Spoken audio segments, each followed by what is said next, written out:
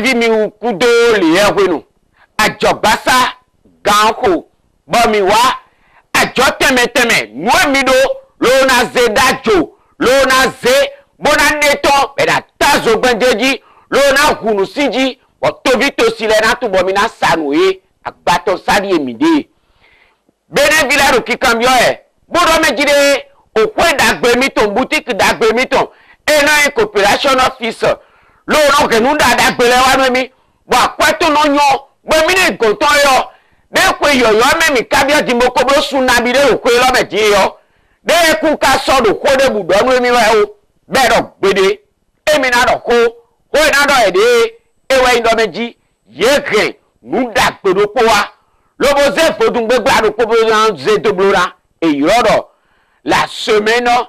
du soleil. Mwene on. Ete kado moyiwe. Akisino. Cooperation office to emi. Mi keklen. L'odoto merako David Humpe. Boni gbajemenu mi. Merako mi kwa bo. Oh, mi kudole renunda. Ene.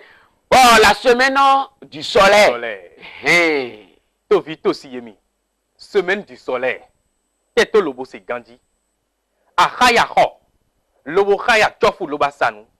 Bon zanza remen gbada o. Okwe kodo propriétaire kono no singidiji do fatu tame. Allo, akodo kwetoe. Lobo courant e wono zandia no zanu ezanwe ade leje zande bo ayika hon egbediyan fati o wadu aton ayihon je so amon ponwe nlejeji alo gwere ado fem lobo courant ko wa ha eme o ade yo wa pon semaine du soleil courant soleil e wona zan do poton ki me o mi kun wa nu wo buwo buton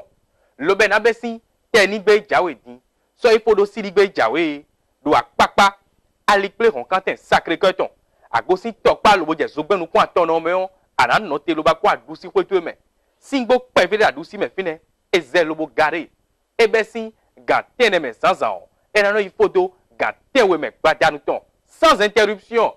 de 9h à 19h du lundi au samedi semaine du soleil ene lo nu mi kale wa teni o me on nu tele mi kanamo wi mede akogba kwetu itin le bas de compteur bio et dion pour que c'est compteur dia coopération office et donc oui c'est pour le bon nous le dimensionnement et na bloca oui technicien maison en soleil et le fine le bas na le bâtiment nous e ba oui de nous yi bon et de na we conseil de na no pour ha we bon le bon nous na yi wa nous na sa nous le wa nous we na zan le wa et na tobi ha le we na je ngbe le ba je gangbe yo coopération office donc oui c'est pour et voilà nous nous disons soleil bon when azan o kweto egbe lo masana zan courant mele to we na so fatigue pan ko gbede ya wo bo bouton de télévision ne ba ya da télévision soleil et le fine akobe sin chai kan de gbaton écran plat gbaja ba na mo dadeji lo na do nu jodun le pon e voilà eyin ou fe biton lo na da san ko do gbezamenu yo et de soleil akoyo to do et c'est pon eyin ventilateur ba ya dia ventilateur téton ventilateur mural, ventilateur plafonnier, brasseur climatiseur solaire, et nous beaucoup de films, mais le when il sait pas le bois ça le déji bois de a et le dion solaire ouais nous po. Minalemo et il finit dion mion belle ouais au fait à repasser ouais moulinette mitonne ouais et une tondeuse ouais DVD, décodeur solaire, nous les beaucoup de films, le beau de tepomi, annonce zodo, anaïsa lo vidéo nous. Alo kama dossier mina kuku lobrando monukun jeme alo mina sepo miye ewen 67 51 24 24 amape bon la tenpon bon la son po 67 51 24 24 e ino nou don ne dion weme ro kote se we dimro kipo mi we amate ro hudo to me ya dodo dandan me on atumede lobero ni le komba we yiro lobodo ino ni ti agba fi bo un muton lobo ponu we ro jije we do fidion ama sepo wa aisa lo video nu mi sepo lo ai fene mi amodo mejire mi meyi Victor Vino lo bo vimi to edo ordinateur portatif ba PC portatif enele o mi mo dagbere do fine ko isen ko we ko itu awe ko te dio nele mi mo lo bo peton po ben 75,000 francs chaki kade banton po npochonu enele bi kwiru fine lo yon ganji wa madonu Oui, mais l'autre tout le monde dit vidéo projecteur mi le biba. Le bon, il est tel non to quoi dit bon qu'on lève bon mlam et ou d'agwe à deux original oh. Ouais dans le bon de coopération officer 100 000 francs pour abonner en dion. Mi matin tout le monde dit des Champions League de fin dian. Europa League de fin dian. Bon et coupe du monde. Ben on tombe pas. Bon Afrique a gbedio. Mi c'est équipe de quoi ton so c'est do. De nous les donne à y voir le coup du monde yo et à nos kika badja ton ya ou le drone de fine et une dire sonorisation à 100 000 tenez au kito nous et noto le boy non à bon na yo bikui de fine 50 000 chaki kande o mi maman do me dire poton qui mène élève bikui dia et une caméra de surveillance à joto do ndebu blo wa bolele do kweto e bon do dire wa matin de fine na enregistrer boibi bon mi na ma joto bon na histoire de kweto bo ko to me ene il y a aussi ça be do poton 75 000 chaki kande banton et ouais mi delemo le monde dire mi na so do to men Elepo. Do nous voir. Ah, do filet dion medele timbo do poissonnerie. Medele timbo do bar. Congélateur do ici, réfrigérateur do ici, il était mon domaine de yo et quand il en fait semaine du soleil à mon congélateur solaire. À mon réfrigérateur solaire. Oui mais à do femme le beaucoup forage ou à pompe solaire et na so ba masa le groupe zan wa bidouan ou à pon et là un groupe solaire l'ordé. Annoncé autant à mon concours ou quoi le camp 67 51 24 24 à l'autre on à papa à l'éclair on quand est sacré que ton à Jésus ben nous quoi ton numéro zeda du si ko mais à la mon single pavio semaine du soleil et ben si technique be jawe din soido si li be jawe du lundi au samedi de 9h à 19h à gontenement nous kon yo et ka glo wene nous ko ma glo noviti coopération officer et le yo ouais Fati yo ejeji edepo osigidi no ko mina ba ene le bikui ko da lo iton. Opération Vente Flash. Du lundi au samedi prochain pour régler définitivement vos problèmes d'énergie, de délestage, de grosses factures et d'électrification, Cooperations Office vous offre des kits et groupes solaires Titan Power tout en un, de puissance 100 à 5000 watts en 220 volts et 12 volts, selon vos besoins à partir de 75 000 francs CFA. Des solutions solaires pour alimenter ordinateurs, ventilateurs, télévision et lumière. Supporter réfrigérateur, congélateur et climatiseur. Électrifier ferme, ville et village. Retrouvez également des lampadaires solaires, des télévisions, woofers, ventilateurs, brasseurs, moulinettes, fer à repasser, pompe à eau et bien d'autres produits, tous solaires ou 12 volts. Avec l'opération Vente Flash du lundi au samedi prochain, produisez votre énergie, économisez de l'argent et restez toujours autonome. Appelez vite 229 67 51 24 24. Retenez bien 67 51 24 24. Cooperations Office, un partenaire unique des solutions multiples. Donc benou tovi sunu tovi yonu. Gbavi bonbon kontole lo kwemi ton legbe o mi dogbenu mi. Bodo le mi ma fon dagbea. Dagbe na tinu mi yona na tinu mi. Agbasa mi ton ancien e wezonbo azokwe temi tope omo do agba. Tout pour la santé, origine nago, minatuno dile, benevi jiji, tengbeju, ewenyi. Ngo ama wiwa sin alinu, bokalelo azongbonu mesin akpakwe. O no wazolo fasin akpakwe, bo noeyin, ina kanfa, bo pondo, ne ka nogbon lo gbeme, bo ne ka do hokoro seme tonpo, bo mo dagbeyo, milo aliene onji. Bo mi gosi ne onji yo, o mi wazode, alola lome. Départemental podo au ministère de la santé le ministère de nos kondo na mena no ganji sin akpakweyo mi wa wazo dako de le ko epo bo de na si wagbon bo so mi do alo eji mi na no bo wazo podo yeme yin do to mi tonle podo yeme no sa amasin yovo ton eyin pharmacie le o ewezonbo ye se mi do bo mi de yinu amasin mi ton dele bo gbeji amasin lole pon bo amasin lole o ye dalo mo e no gbeji amasin yovo ton le pon bo pon de amasin le degbon bonu enas ganna jidide mavo mi bonu minaton dele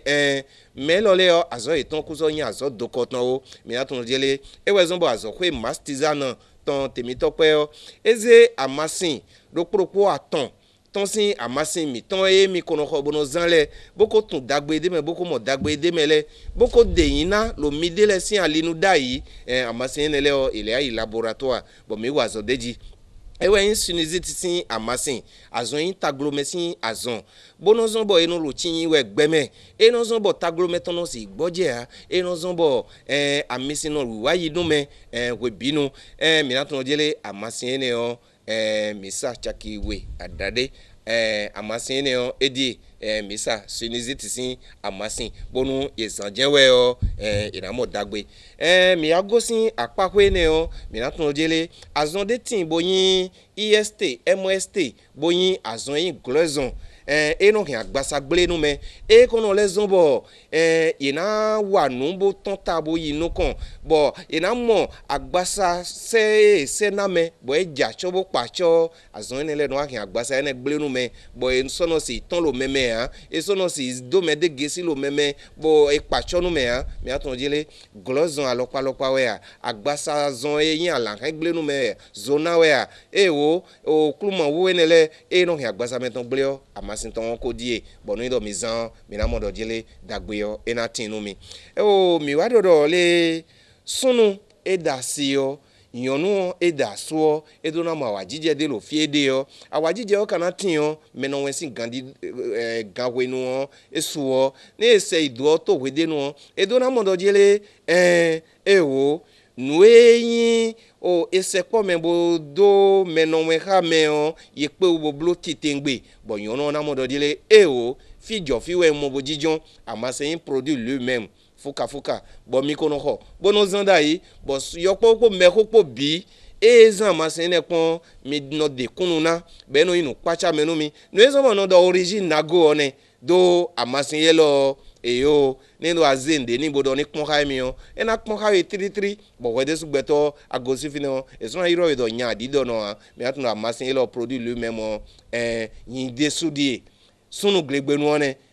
chaki aton ewe isayin mastizan temitope omo odo agba tout pour la santé origine nago et allo kancheyin 97 18 82 30 95 115 81 15 mi melo mi konwe sedo to me fiwa to godo we mi dogbe nu me bisese dagbe na yin ro propo mi tonton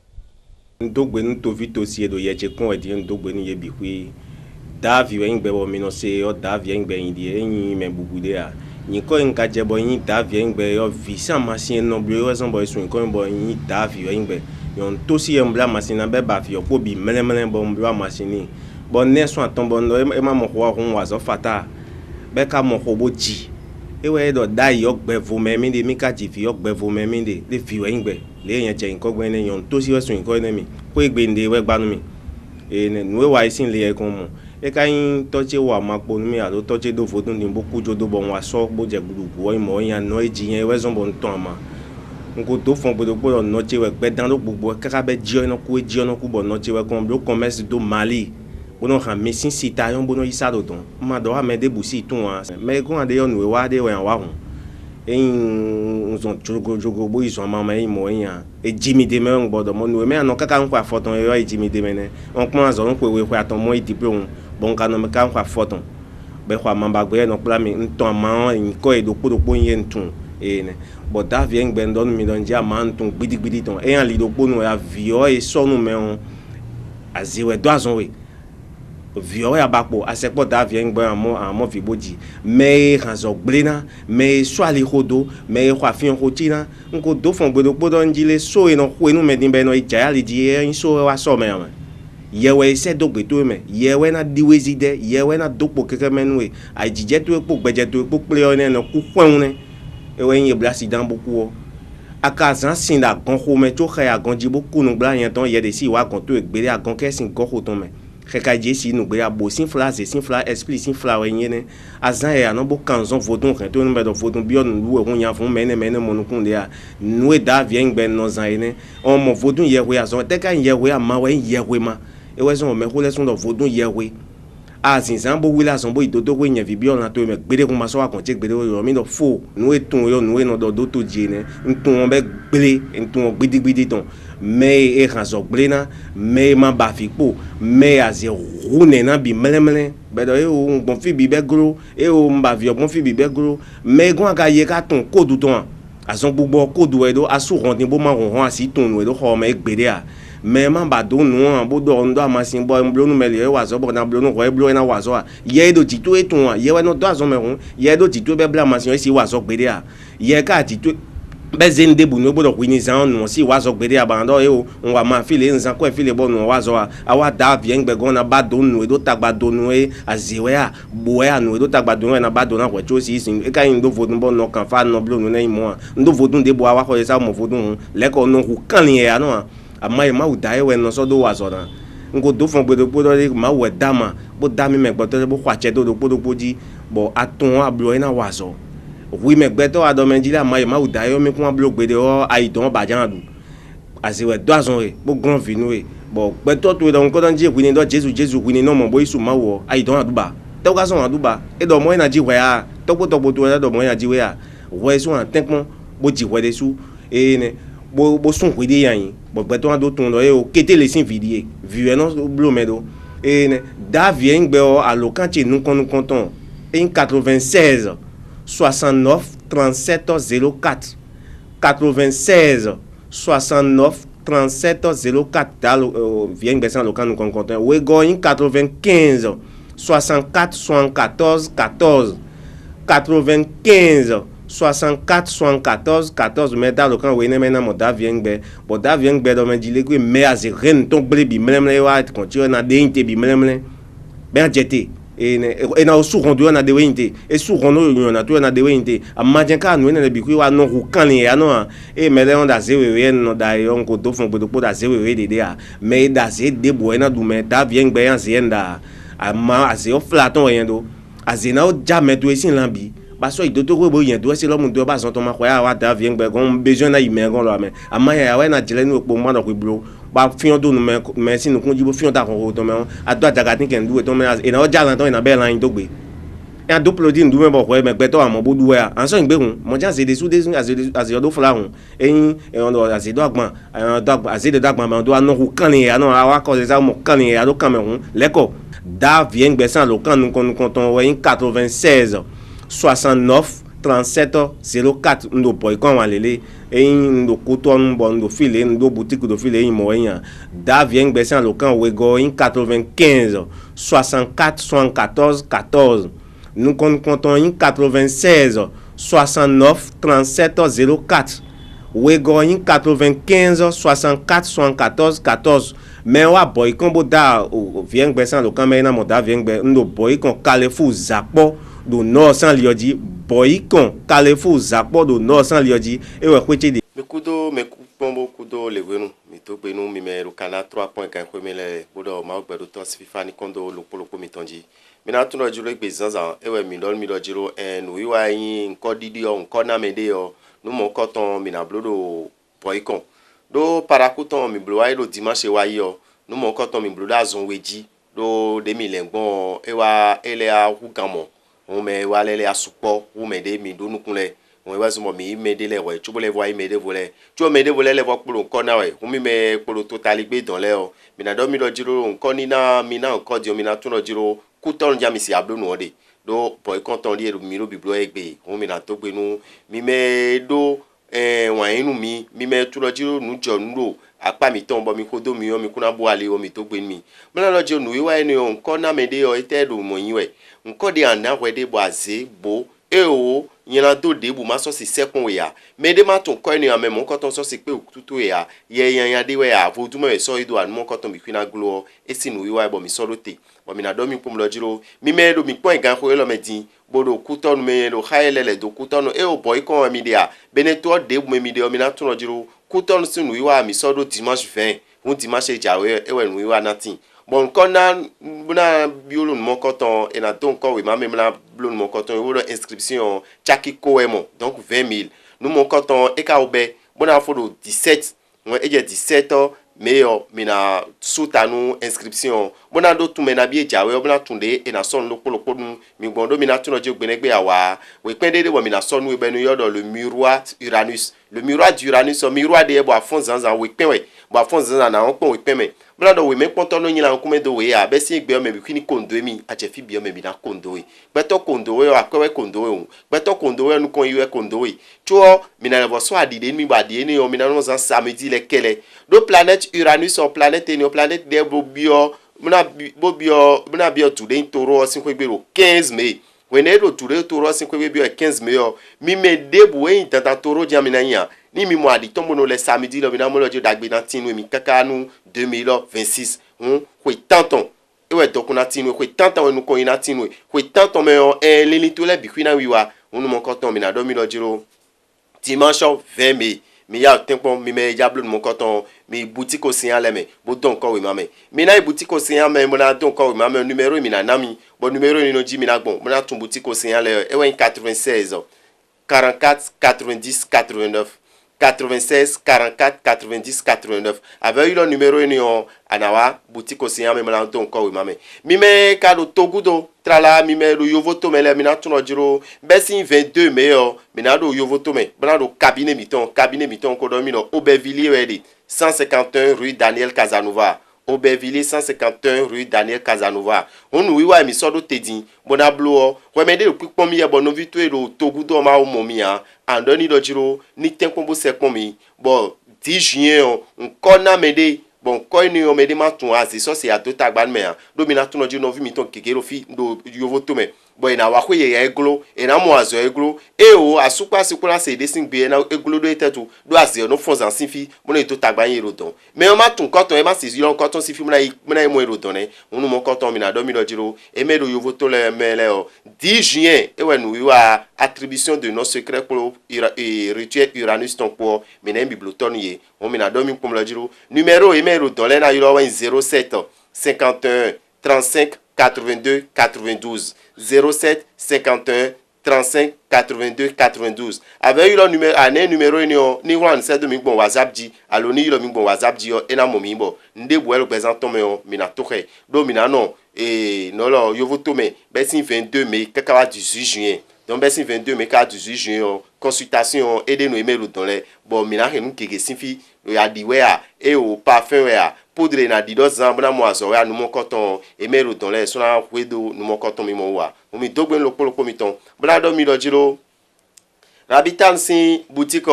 et le filet bi do benetome me voyez le numéro 96 44 90 89 mais le numéro ni odian fi de mi na mo mi de do benetome et na tirel mi bo mi na mo mi e o ne pachawi aja beje gbeto me pon aja blo consultation aja blo vision ve o se pon mi dueji agbonbo wa atutu o sin ronron a se pon mi ja do ma gbero to sin ron me o mi na kiken nu mo ko ton bi kwinu igba mo we de me na chen lo polo mi ton yin da glele he masa zonu azegrin hano yin we do hodo we nwa dogbe ntovi tosi bi do nu mesen azegrin han kon we ndi azegrin han gbeto gbewe no bolodo azegrin han me adande do gbogbo e do wendo de me e wa azegrin han wa so ine onu me wi me ba wa gbe me fi bon atinde ti ano pe wa atinde te do gbezan tu me we no pe wa azewe no ya donu wewe azegrin han zezo no wa do gbeto si gbezan me azero ya dona we pero veme le ade daye aso adu mo e o buen to he gble we bue do do be do no he gble to do we azewe me we so ijo ba ze nu he gble to do we anado fi debu hu say ko to ese domi say ko to ese da zegrin agbasa ni na so nko to da papo glodwe ina so nko to do khosadwe ai hon gbe to no ayoro mi o nuwe do wi do gbezan to me na ti me duwe nuwe zombo weno do takuku e wetin de te do we glofia no pe wa takuku do eje weno de do gbezan to me o say nko to ese da zegrin agon alo wa zegrin agbasa ni na kije gbedo poto epon nuwe do wi do gbezanto me bo wetin de ti amon pe wa ina ti me nuwe